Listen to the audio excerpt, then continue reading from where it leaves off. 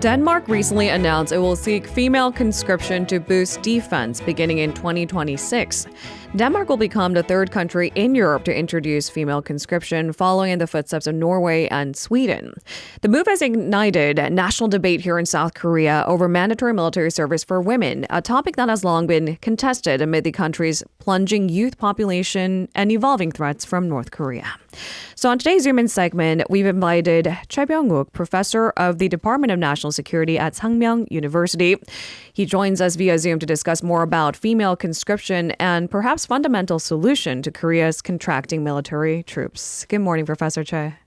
Good morning. Thank you very much for joining us. Here's something that caught our attention on CNN. It writes, South Korea's military has a new enemy: population math. So we want to start talking about the demographics. Defense experts are sending out warnings that without drastic changes, the size of South Korea's military forces will decrease by over 20,000 every year from 2035.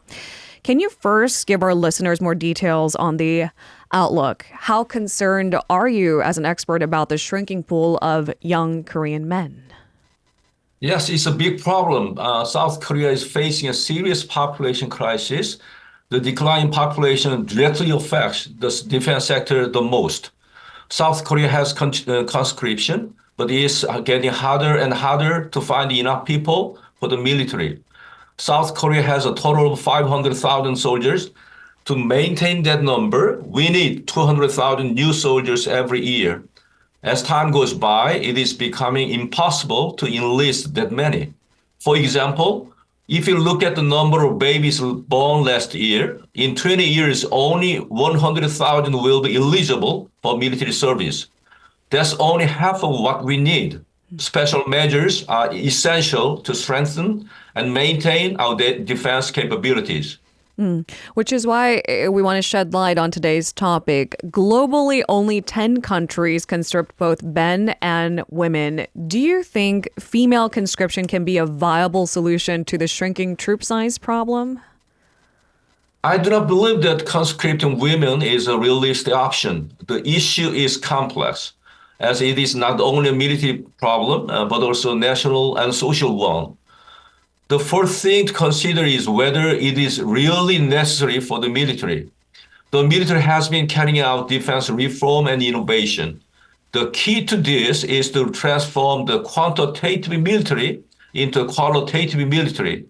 The focus is on elite, high-quality defense personnel. So it is necessary to examine whether the conscription of women is consistent with this.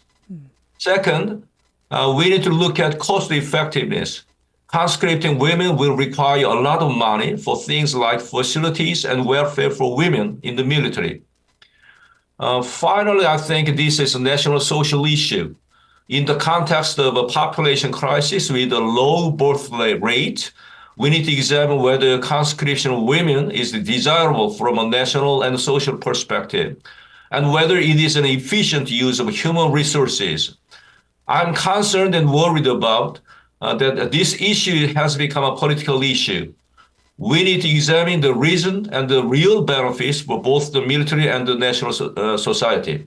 Professor Cha, I heard you loud and clear, but just hypothetically speaking, we are in the early stages of this discussion. If female conscription is implemented in South Korea somewhere down the line, what kind of roles can women then assume to maximize their contribution in the military? As you've said, it's a complex issue. There's a social and cultural angle to it. There is this idea of, to create new infrastructure for women, would that be most expensive? But nonetheless, how can women assume a better position, I suppose, if they were conscripted? Yeah. Some argue that women should serve in the military like men. However, women already serve in the military in South Korea. In our case, women serve as officers and NCOs through application and selection. There are many women who want to join the military. This can be seen in the military academies. The competition rate for military academies is much higher for women than for men. It is desirable to increase the number of women in the military who are passionate, willing, and competent. However, forcing women who do not want to join the military is another matter and should be approached very carefully. Currently, women are serving in the South Korean military as officers and non-commissioned officers in a variety of roles. I don't think it's a matter of limiting the positions in which women can serve. It should be based on the individual wish, willingness, and ability.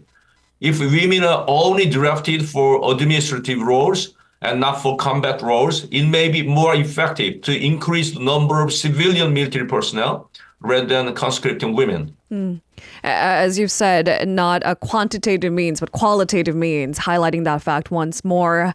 As we mentioned at the top of this segment, Denmark will become the third country in Europe to conscript women. Can you maybe explain to our listeners why are some European countries opting to then draft women, and how do they plan to utilize female conscripts? I think the reason for the introduction of female conscription in Europe is due to the recent increase in security crisis caused by Russia.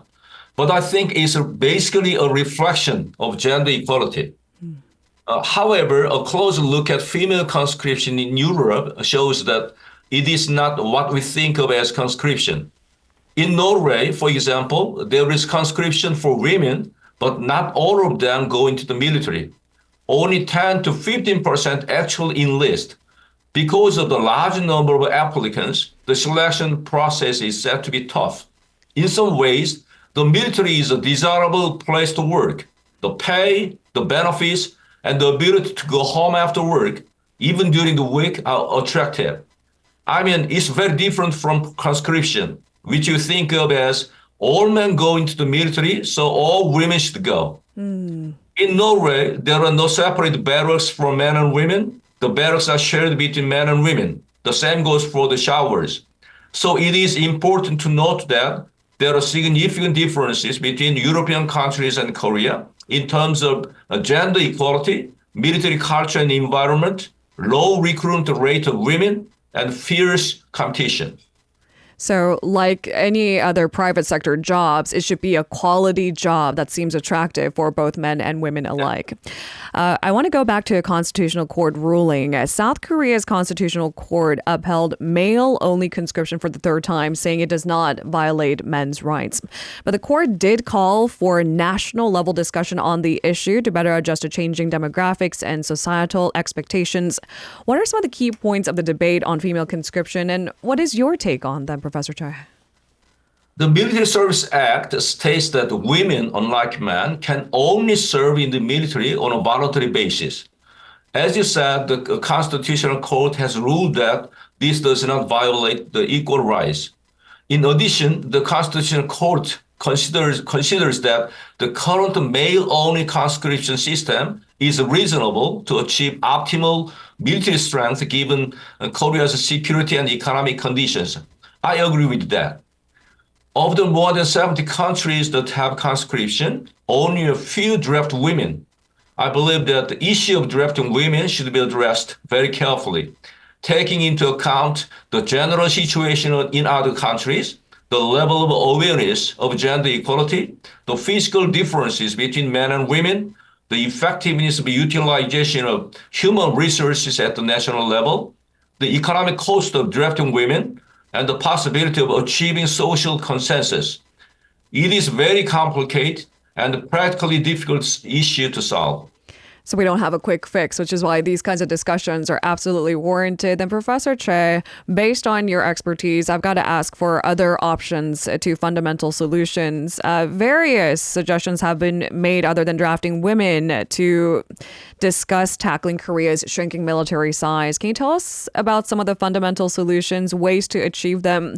I've seen suggestions for longer service, expanding full-time soldiers, utilizing civilians, as you've said. Yeah, first, I don't think it's a good idea to draft the women right now. The most important thing is to get defense reform and innovation right. Maintaining the current 500,000 troops will soon be mathematically impossible. We must determine a feasible force size and build the best army possible. I believe it is necessary and desirable to reduce the number of troops to 300,000 in the future. In addition, the number of civilian personnel in the military must be increased. The civilian workforce in the military is very small, both in number and in role, compared to other countries. The expansion of the civilian workforce should be actively pursued to ensure a skilled defense workforce.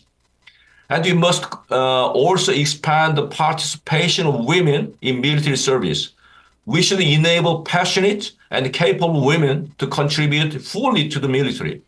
Currently, there are many women who want to join, but only a few are selected.